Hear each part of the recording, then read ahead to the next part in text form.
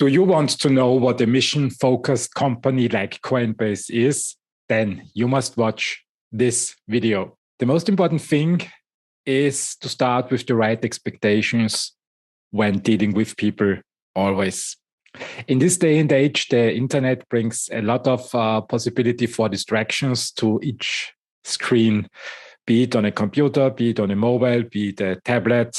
Distraction is always there. The big question is, how should the startup founder deal with the situation that during work hours, employees can surf the internet and support different causes than the company's mission? During the pandemic, there was a huge debate in many companies on topics like how society should best deal with the United States elections, racism, hate speech on social media, environmental issues, or violence in society. All important causes.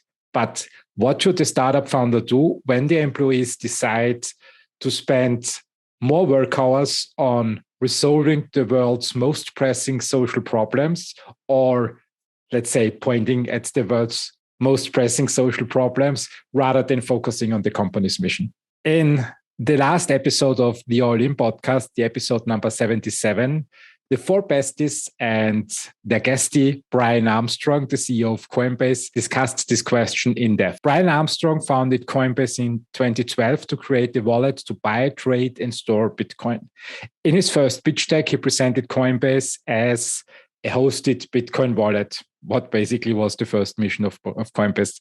A decade is over now, and Coinbase became a public company on April 21, 2021. Back to the initial question, what is a mission-focused company? In April 2020, Brian Armstrong wrote a very controversial blog post in which he explained what he understands as being mission-focused. He writes, "There is never enough time to do everything, so companies need to choose what change they want to see in the world and focus there.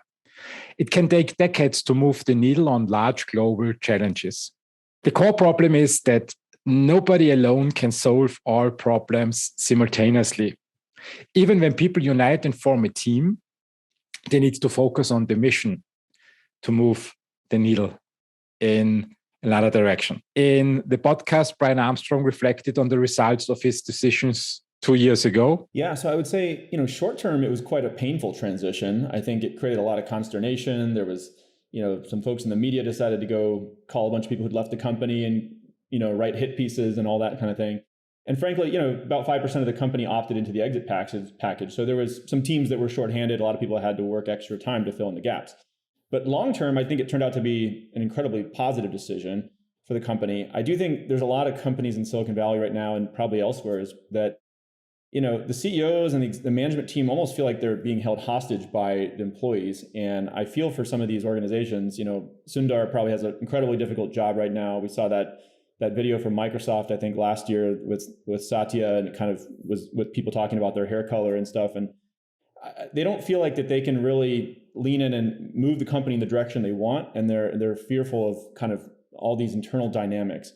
So, I think there's probably a better way to do it than what I did, which is if you're starting a company today, just make that clear up front. I didn't make it clear up front, and so the company culture started to diverge and drift, and I had to kind of realign it, which was a painful process. If I was doing it over again, I'd probably just set that as the expectation up front, and then there wouldn't be this, public awkward realignment. But yeah, I think I'm really glad that I did it. I think Coinbase has been very productive since then, and we've been able to attract a lot of the best and brightest people from some of these other companies that are like, I don't want to be in those companies anymore. I want to work at a company where we just focus on the work and the mission, because that's actually important.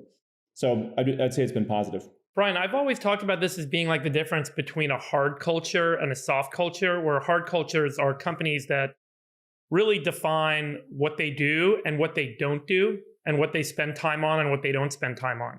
And sometimes what you don't spend time on can relate to product. Sometimes it can relate to things outside or externalities to the business. Do you think that that's become kind of a trend where, soft culture in Silicon Valley is more about like appeasing a very fickle employee base, and as a result, you kind of aren't as clear about what you're not going to talk about and are going to talk about, and suddenly the troops rule the day and things get kind of sidetracked and productivity goes down? I mean, can you talk a little bit about what you've seen with other cultures around the Valley and how that's kind of affecting work and what employees are choosing to go to and not go to? Yeah. So I think, Ben Horowitz always talked about like wartime CEO, peacetime CEO. And frankly, I'm kind of a conflict avoidant person, right? I never thought of myself as like wartime CEO. We're just like, we're all going in this direction. Let's go, go, go. I never really thought of myself like that. But I think what I'm trying to do now is find the happy medium between these two. So the company should have a really ambitious mission. And then I think you as the CEO, you do have to say no to things which are off track from that. You do have to part ways with people who are not helping raise the talent bar in the company. And so in some ways you have to be, I guess, hard in that sense. But I don't think it's not like, we're only here to make money and it's like, it's bonus time or you're out or whatever. It's like, we actually have a much softer culture than that, I think, in Silicon Valley, which is most of the missions of these companies are trying to do great humanitarian efforts and they're trying to improve the biggest problems in the world. And so people sign up for those because they want to have a real impact. And, we take time to like go for exec offsites and we walk in nature and, we have like coaching, we do all this touchy feely stuff. So I think it's kind of a mix of both is the right balance. I don't think of myself as like, a Wall Street hedge fund or like the most touchy feely culture you can imagine. Why do you think companies now have sort of veered into this place where they have to kind of appease these fringes on either side? How did you spend time trying to figure out like how did we evolve there from just being mission focused to having to deal with all this other stuff? Yeah, I mean, one theory I have on this is that in Silicon Valley, especially pre-pandemic, it was so competitive to get talent, right? Google and Facebook, they were just kind of one-upping each other on like higher and higher salaries. And so I know as a CEO of a company that was rising at that time, I felt incredible scarcity. Like I had people leave to get out who got better offers and it was like a real issue. And so I was doing anything I could to retain people and keep them. And so if an employee said, hey, I want, another flavor of water in the kitchen or whatever, I was like, okay, maybe we should do it, right? But I think, during the pandemic, we moved to remote first as a culture. The talent we could get opened up by 100x of people all over the world who were really hungry and like, frankly, thankful for these jobs. And that actually changed the scarcity mindset a little bit to say, hey, if you don't want to be here, that's fine. We have other people we can go recruit and hire in who really are going to value it. That's probably just one piece of it. It's a much more complex issue than that. I think one other thing is that, like Google and Facebook, I think kind of made this a common trend in the Valley where companies would host these open mic Q&As on every Friday or every 2 weeks or whatever. And it was almost like a town hall. It felt like a democracy, right? And in a democracy, like the leader, works for the people. They're elected by the people. But what got very awkward was at these open mic Q&As, it became, this kind of like hostile thing of like, how can we make the person squirm? And let's ask them these difficult societal issue questions that aren't actually related to the company and what we're all building. And, I think that was actually a mistake in Silicon Valley. We've since gotten rid of these open mic Q&As because it really encourages people. I'd say we were like 150, 200 people. Everyone was on the same page. Everyone was asking good questions. Once we got to like 500, 700 people, it started to feel like there was a little bit of an us versus them. And then, the questions got very off track. And I realized at a certain point, this is not a democracy. I want everyone's input. I'm not going to rule like with an iron fist, but ultimately, I'm the CEO. I need to help guide this company in one direction and force the hard decisions. Not everyone's going to like them.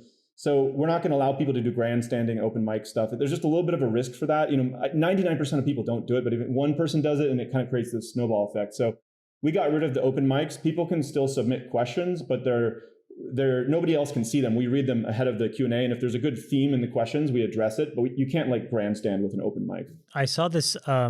So it was in Twitter, Nick, maybe you can find it, but it was like this general that had commanded all of these different battalions.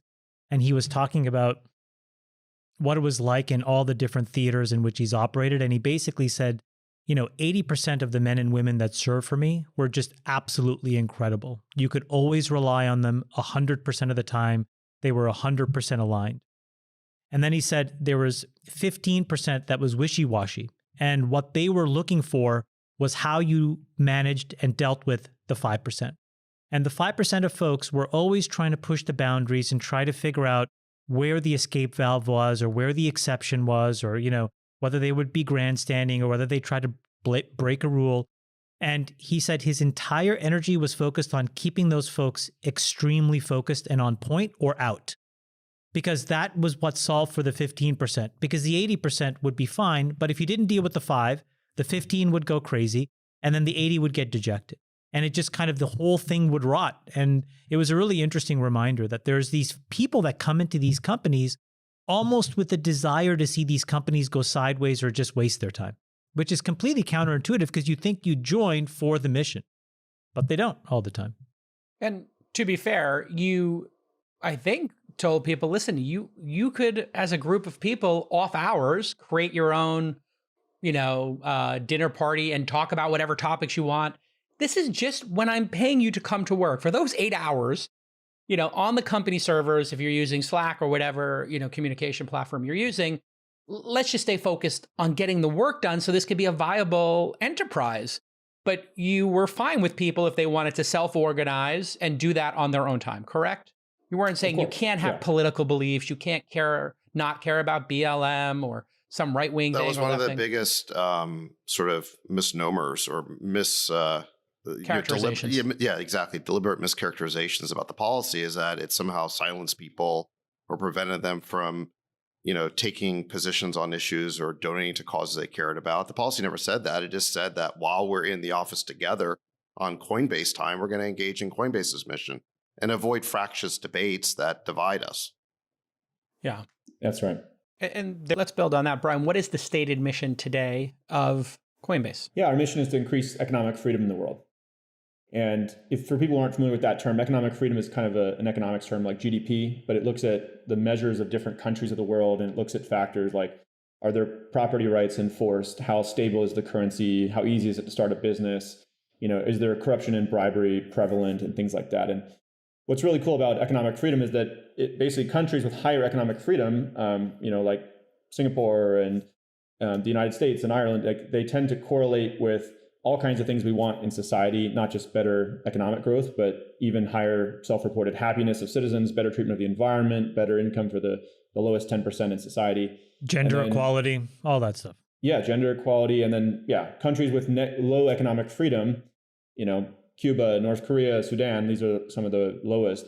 They tend to have, even things we don't want, like higher corruption, higher war, higher infant mortality.